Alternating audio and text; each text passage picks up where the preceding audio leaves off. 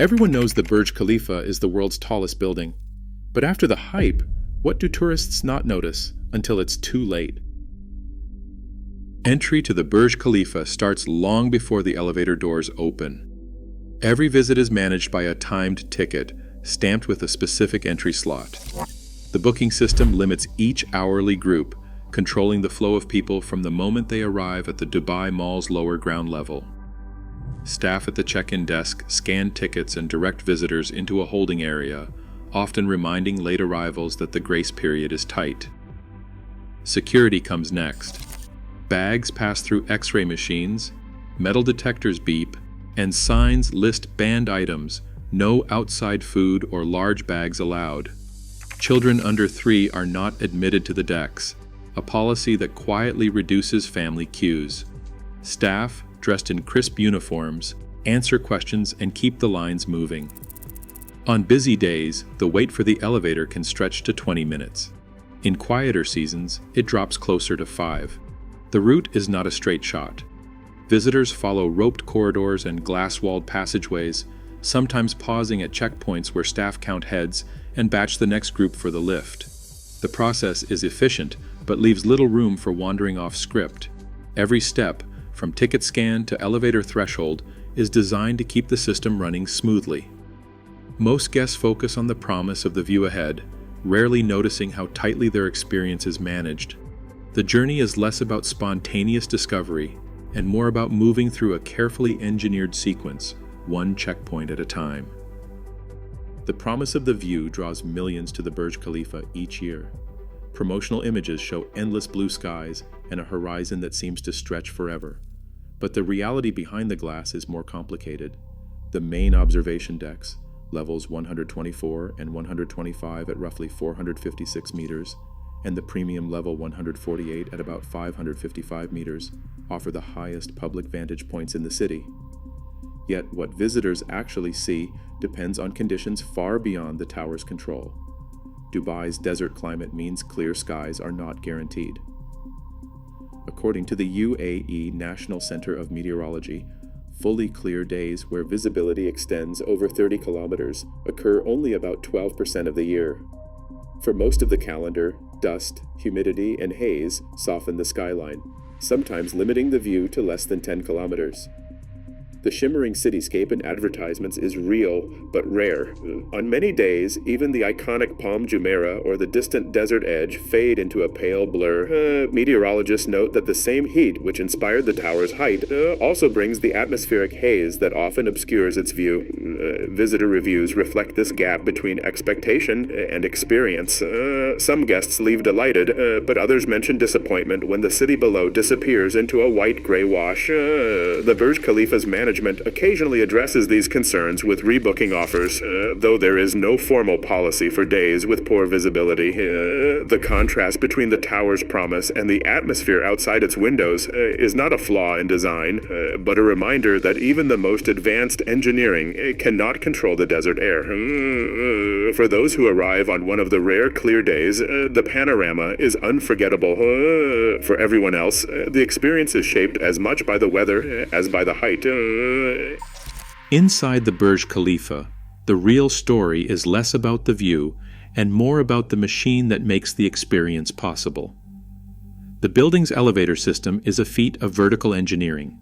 57 lifts, each capable of speeds up to 10 meters per second, move guests and staff between more than 160 floors. The ride to the main observation deck covers nearly half a kilometer in about a minute, with each elevator core equipped with independent motors and backup power to prevent outages from stranding passengers. But vertical movement is only part of the equation. The tower's structure follows a Y-shaped plan, with a central concrete core and 9 buttressed wings radiating outward.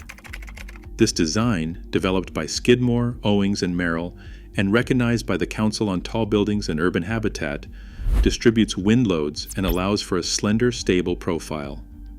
Embedded within this framework are refuge floors, set at regular intervals, serving as protected zones for occupants in case of emergency. They are one of the requirements for super tall buildings worldwide. The exterior is another engineered system, not just a shell. Nearly 26,000 glass panels, each weighing over 350 kilograms, cover the façade. Maintaining this surface is a constant process. Rope access crews work in shifts, cleaning the entire building every 3 to 4 months, often inspecting for micro cracks and seal failures as they go. At heights of over 800 meters, even a routine cleaning becomes a technical challenge, requiring specialized equipment and strict safety protocols. As the technical backbone of the Burj Khalifa comes into focus, a different question emerges. What does it take to keep a building of this scale running every single day? Before looking at the resources and systems behind the scenes, now is a good time to ask. After the marketing and the hype, is the Burj Khalifa still worth experiencing? Share your honest take in the comments, like if you learned something new, and follow for more deep dive travel reality checks. Running a building of this size is not just a technical challenge, it's a question of scale few visitors ever consider. Every day, the Burj Khalifa draws on nearly 946,000 liters of water, according to owner sustainability reports. Most of this supply comes from desalinated sources, reflecting Dubai's broader struggle with water scarcity. But the tower's systems go further. Air conditioning units, running around the clock to keep the interiors cool, capture condensate from the humid desert air. Over a year, this process collects an estimated 15 million gallons, which is then reused for landscaping and cooling.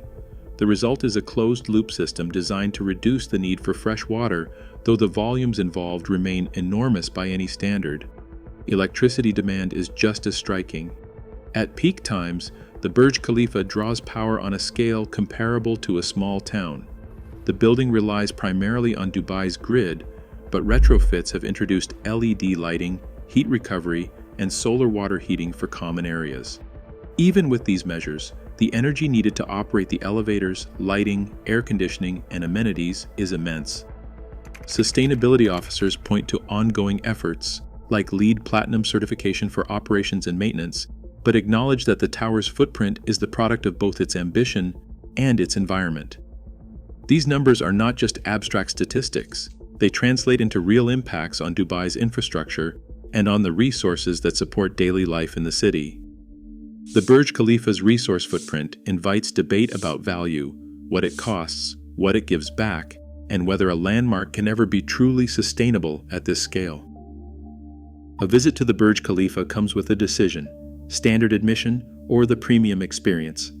As of early 2026, premium tickets for level 148, known as the At the Top Sky experience, typically start at around 560 dirhams to 680 dirhams, though prices can fluctuate by date, time slot, and demand.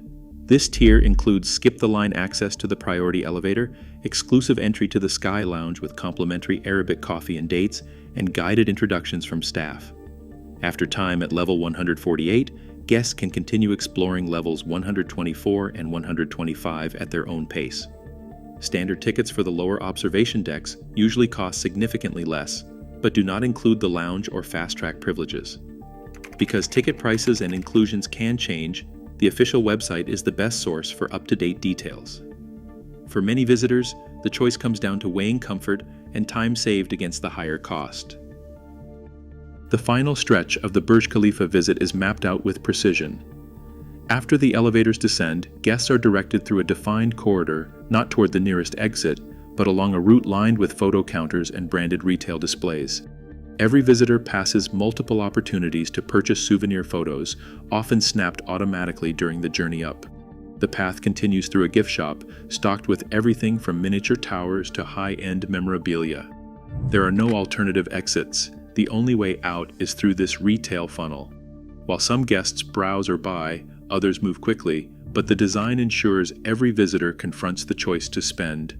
This engineered exit is not unique to the Burj Khalifa, but here it forms a final reminder that the experience extends beyond the view all the way to the checkout counter.